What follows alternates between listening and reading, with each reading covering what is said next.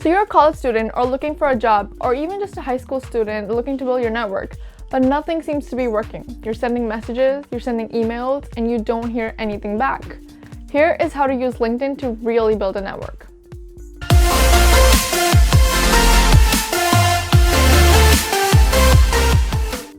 Firstly, and most importantly, here's what not to do. Just randomly clicking on the blue connect button is not going to get you anywhere. People don't like accepting requests from people who they have no idea who they are, or they provide no value to their life or profession. So let's go over the 4 types of people that you should be looking for when building a network. Number 1, people working at your ideal company. They don't have to have the same job as you, but they need to be working at the company that you want to be working at in the future. So they could be working at HR and you want to go into marketing, but as long as the company is the same, you should still connect with them to learn more about the company, the culture of the company, what the people in the company look for in new candidates. Number 2, people with your ideal job. Now, this person does not have to be working at the same company as you want to work at, but they should have the same job that you want in your future.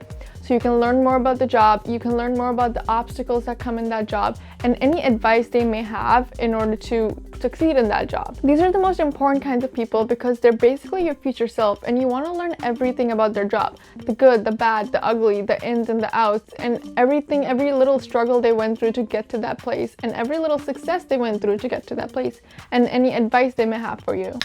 Number 3, people who inspire you.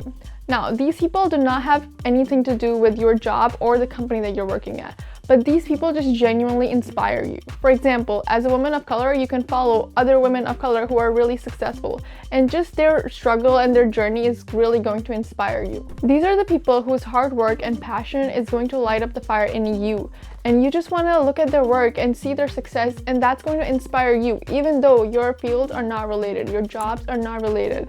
But their hard work and just their struggles are just going to inspire you. Number 4, people who are an expert in your field. These are the people who will have skills that you don't have yet. They will help you guide on how to develop those skills, whether soft skills or technical skills, and they'll help you guide and build your strengths. Now, let's talk about actually reaching out to the people. Let's say you are starting with 0 connections. You have absolutely no connections right now, and you want to build a big network. The first step, I would say, is to add family members and friends. Even though they're not going to be able to provide much value to your career, I'm sure they will have people in their networks that will be able to help you. So make sure you first add your family and friends. After you're done with that, there are 2 types of outreach that are available for you. One is warm outreach, and then the other one is cold outreach. Cold outreach is when you're reaching out to people who have no idea who you are. You don't have any people in common, you don't have any companies in common, you don't go to the same school, and so you really need to introduce yourself efficiently. It's kind of like going up to someone at a party and introducing yourself instead of someone else introducing you. It's key that you don't sound salesy in this conversation because you don't want to sound like you have something to offer when you really don't have anything to offer.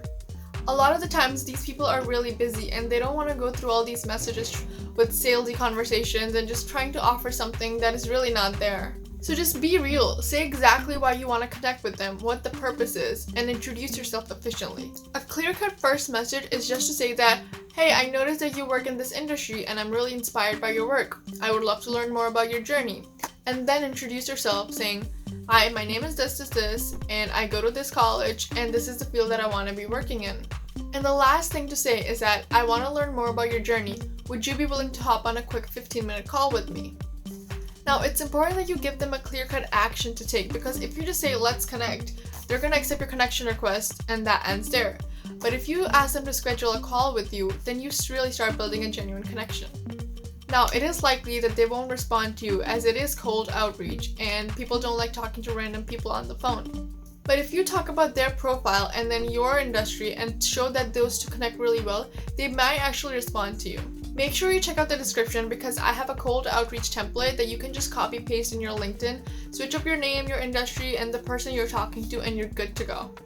Now, let's talk about warm outreach. Warm outreach is when you're reaching out to people who have something in common with you, either a person, a company, or an industry, but they might be able to recognize you when they first look at your profile. Since you have something in common with them, talk to them like you already know them. Like, hey, I went to your seminar the other day and it was really inspiring. Would love to talk about it more. Or even just talking about their profile, like, hey, I noticed you work in this industry and I'm really inspired by that. Would you be willing to hop on a 15-minute call with me?